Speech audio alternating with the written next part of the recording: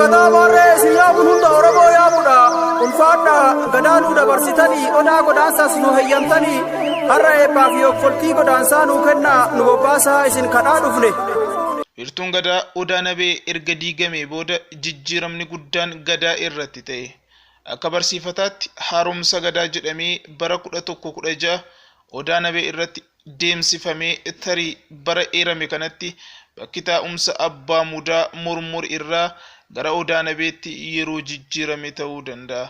Tasgabbiin naannichatti dhabamuu isaa irraa kan ka'e kennaawwan adda addaa qabatanii namoonni galma abbaa mudaatti jila deeman haala barbaadaniin waan hin adeemsifamneef bakka taa'umsa abbaa mudaa jijjiiruun dirqama isaaniitti ta'a. Haaluma kanaan ta'uu danda'a bakki taa'umsa qaalluu murmur irraa odaa nabeetti kan jijjiirame. Odaan nabee giddugala amantii fi siyaasa taatee tajaajila kennaa turuushii ragaan barreeffamaas dabalataan ni mirkaneessa. Haa ta'u malee ragaan barreeffamaa fi afoolaa wal faalleessa. Kitaaba History of the Sayyoo Oromoo jedhu keessatti Nagaasoo Gidaadaa akka ibsanitti odaan nabee bara 1230tti giddugala amantii fi siyaasaa turuushii lakkoofsa dhalootaatiin akka bira gahan tilmaamaniiru. Odaan nabee deemna hin abbuseeni Oromoo keenya. Odaa bultum yaana hin abbuseeni abbootiin keenya. Odaa nabee deemna hin abbuseeni Oromoo keenya.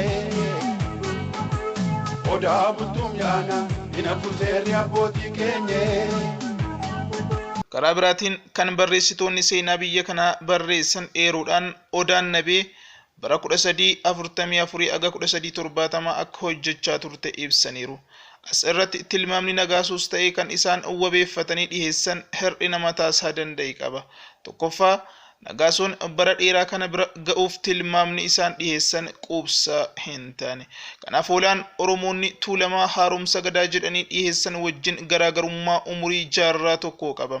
Tarii barri Nagaasoon dhiheessan kanuma Oromoon tuulamaa haaromsa gadaa jedhu kana ta'uu danda'a. Karaa biraatiin akka barreeffamichaatti giddugalli amantii fi siyaasaa sirna gadaa Oromoo bakka tokko bakka biraatti jijjiiramaa turuusaa eeruudhaan bara mooticha Amdatsiyoon Kattaarraa Dawwaarootti achi odaa nabeetti darbuusaa ibsa. Barreeffamni kunis dhugaa ragaa seenaa ta'e tokko kan of keessatti hammate fakkaatee wal keessa xaxameera. Sababni isaas Kattaarraa gara Dawwaarootti jijjiirame bara jedhametti Dawwaaroo bakka hedduutti argamuu keessaa kam akka ture addaan baasuun rakkisaa ta'e. Ta'ullee Dawwaaroo Baalee jedhamee kan eerame yoo ta'u bara jijjiirama ta'umsa abbaa mudaa Odaa Roobaatti yookaan Baalee taasifame wajjin walitti dhufeenya qaba. Tolee maarree isin eebbifna eebba qabadha. Hayyee waaqa uumamaa tokkicha maqaa dhibbaa leemmoo garaa taliilaa warra sodaattuun qabdu warra weellitu qabda si kadhannaa nuu dhaga'i si waamnaa nuu owaadhuu nutti tol gadaatti nu bulchi gada doonu lagi asii nagaan nu ergi achii nagaan nu deebisi gadaa dabarsi ilma abbaa dabarsi kan nu wallaalleetti nu guutu kana badhaadha gadaan roobaa nagaa barri kuufaa gabbisi waa.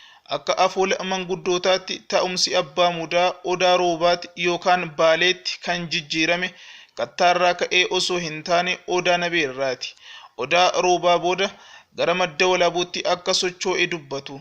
Qabxii olitti kaafnetti yoo deebinu Odaan Nabee giddugala amantiif siyaasa taatee yeroo isheen tajaajilaa turte baay'ee muraasa fakkaata. Karaa kanaan yeroo haaromsa gadaa jedhamee beekamutti seeronni haaraan bahan hojiirra akka hin oolle yaaliin taasifamaa ture salphaa miti. Falmii garee haaromsa barbaaduuf haaromsa hin feene gidduutti godhamuun lolli ka'aa ture. Haaluma kanaan lola uumameen qaalluu odituu kan warra marii galaan akka ajjeesan ni himama. Kana booda maatiin warra qaalluu gara Odaa Roobaatti akka baqatantu himama. Asirratti maatiin warra qaalluu gara Odaa Roobaatti baqatan kan jedhu fedha warra qaalluu qofaan kan raawwate hin fakkaatu. Sababiin isaas Oromoonni gara maatii warra qaalluu sanaatti waggaa 8 al tokko jila deemuun dirqama waan tureef naannichas yookaan Odaan Nabee tasgabbii waan dhabeef bakka jireenya qaalluu yookaan abbaa mudaa Odaa Roobaatti kan jijjiiran fakkaata. Odaa Roobaa, Odaa Roobaa, Odaa Roobaa yaa ulfaa koo seerri loolu.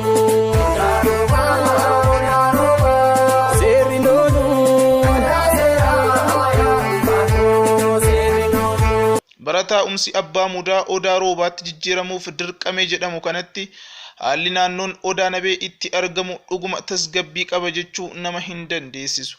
Kanaaf afoolli olitti dhiyaate kun kan dhugaatti siquu fi ragaa dhugaa ta'e of keessatti kan qabate fakkaata. Bara afoolaan eerame kanatti gahee Oromoonni qabaachaa turan maal akka fakkaatu yoo ibsu baatanillee hordoftoota amantii kiristaanaa fi islaamaa gidduutti wal dorgommiin daangaa amantii babal'ifachuu cimee waan tureef shawaaf naannawaasiitti nageenyi akka hin turre ibsu. As irratti waan tokko hubachuun barbaachisaadha. Kunis walitti bu'iinsi hordoftoota amantoota lamaanii gidduutti daangaaf amantii babal'ifachuuf uumame isaanuma gidduutti qabatee kan dhaame hin turre. Inumaayyuu kaayyoon isaanii daangaa babal'ifachuu fi darbees hordoftoota baay'ifachuu ture. Kanarraa kan ka'e jiraattota yookaan indigenous keessumaayyuu Oromoota irratti dhiibbaan gahe salphaa miti. Hunda caalaa bakka walgahii Oromootaa kan ture bakki taa'umsa abbaa mudaa jeequmsa guddaa keessa ture jechuun ni danda'ama. Kanaafis fakkaata Odaa Nabee irratti baay'ee kabajamaa kan ture abbaan mudaa kan ajjeefame. Kun mataansaa ragaa guddaa kan agarsiisudha. Akka himiinsa aadaatti abbaan mudaa yookaan qaalluun gaheen siyaasa sirna gadaa keessatti qabu muraasa akka ture kan ibsudha. Haa ta'u malee abbootiin mudaa yookaan qaalluu gahee isaanii siyaasa sirna gadaa keessatti qabaachaa turan olaanaa ta'uu hubanna. Sababni isaas yeroo haaromsa gadaa jedhame beekamutti Odaa Nabeetti qaalluu ajjeesuun isaanii abbaan mudaa yookaan qaalluun Oromoota tokko gochuu fi tasgabbeessuu irratti gahee olaanaa akka qabaachaa turan hubanna. Akka afoola manguddootaatti erga qaalluun odituu du'ee booda giddugalummaan amantii fi siyaasa Oromoo waggaa 200 tajaajila mudaa akka hin kennine dubbatu. Bara 2000 kana keessatti giddugalummaan abbaan mudaa tajaajila kennuu yoo baateyyuu seerri gadaa bifuma waliigalaatiin hojii hin hojjenne jechuun nama hin dandeessisu. Lamsadeen korayaame maachaffee seera beetii seerri loolu.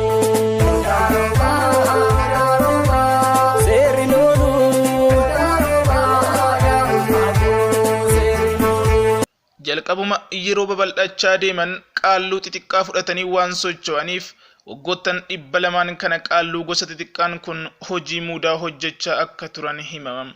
Kanaaf waggaa 200 jedhamee bara eerame gidduutti bifa waliigalaan waggaa 8tti al takka jiilli gara araddaa abbaa mudaa qaalluu hangafaatti taasifamu hin turre jechuu fakkaata.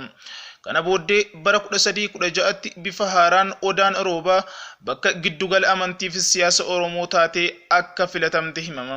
Asirratti waan tokko akka nu hubattan barbaanna. Kunis Odaa mormor Odaa Nabee Odaa Roobaa madda walaabaa irratti haaromsi sirna gadaa adeemsifamaa tureera oggaa jennu kaayyoo tokkoof dhaabbileen lama wajjin socho'aa akka turan hubachuun barbaachisaadha. Kanaaf Odaa Nabeetti sirni gadaa haaromfameera oggaa jennu Oromoo maraaf naannoo Odaa Nabee qubatanii jiraataniif bakka amantii siyaasaas ta'ee tajaajila kennaa ture jechuudha. Karaa kanaan abbaa mudaa yookaan qaalluu isa guddaarraa eebbas ta'ee jila itti adeemsifamaa tureen Oromootuma mara wajjin itti fayyadamaa turan jechuudha. Ala Oromoo tittiidhaame hidhoodhuunoo dinjedheeti seerri loolu.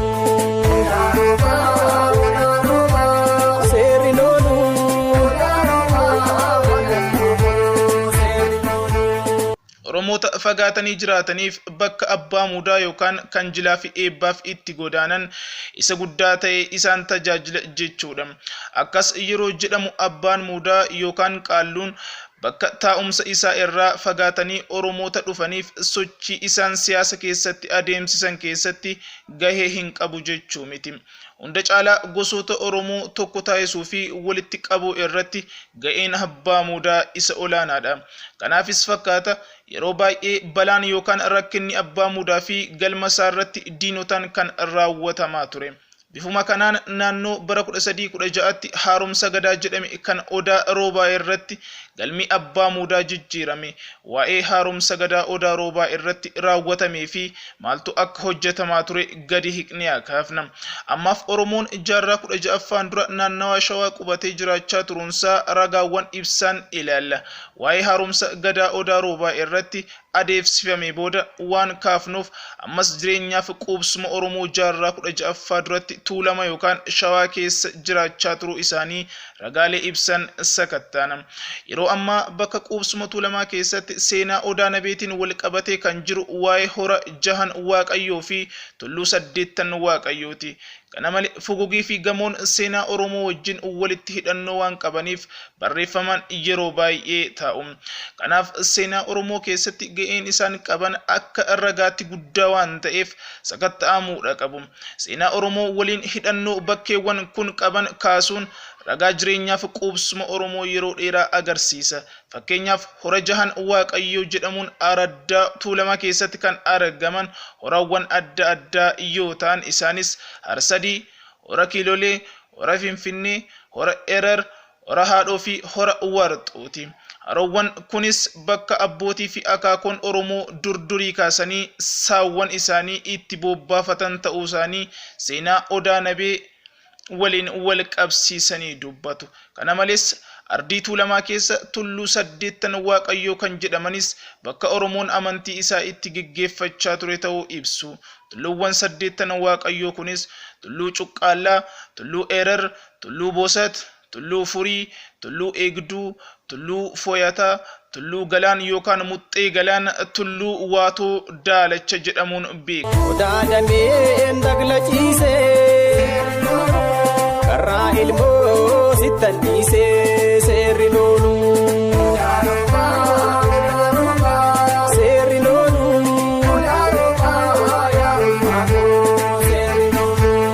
Allan qabeessi goraadha abbaan seeraa tololaadha seerri loolu.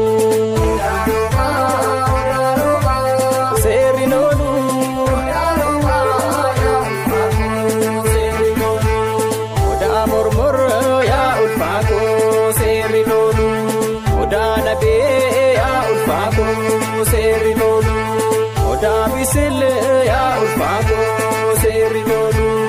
Odaa bultum ya ulfaako seerri loolu.